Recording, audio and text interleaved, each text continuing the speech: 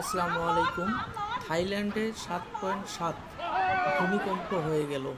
আল্লাহ পাক যেন সবাইকে হেফাজত করেন। আল্লাহ আমিন। দেখুন কি অবস্থা বিল্ডিংয়ের।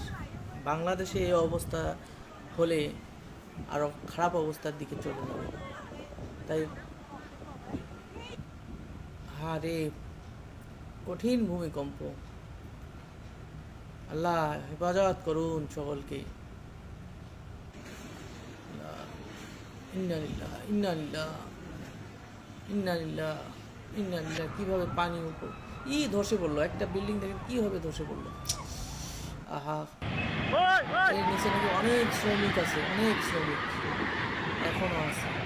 এই বিল্ডিং এর নিচে অনেক শ্রমিক কিভাবে ধসে পড়লো। আল্লাহ হেফাজত করুন। আল্লাহ এই সকলকে হেফাজত করার মালিক আল্লাহ। আমিন আমিন আমিন। আল্লাহ আমিন। আল্লাহ হেফাজত করুন, সবাইকে হেফাজত করুন। আমিন আমিন।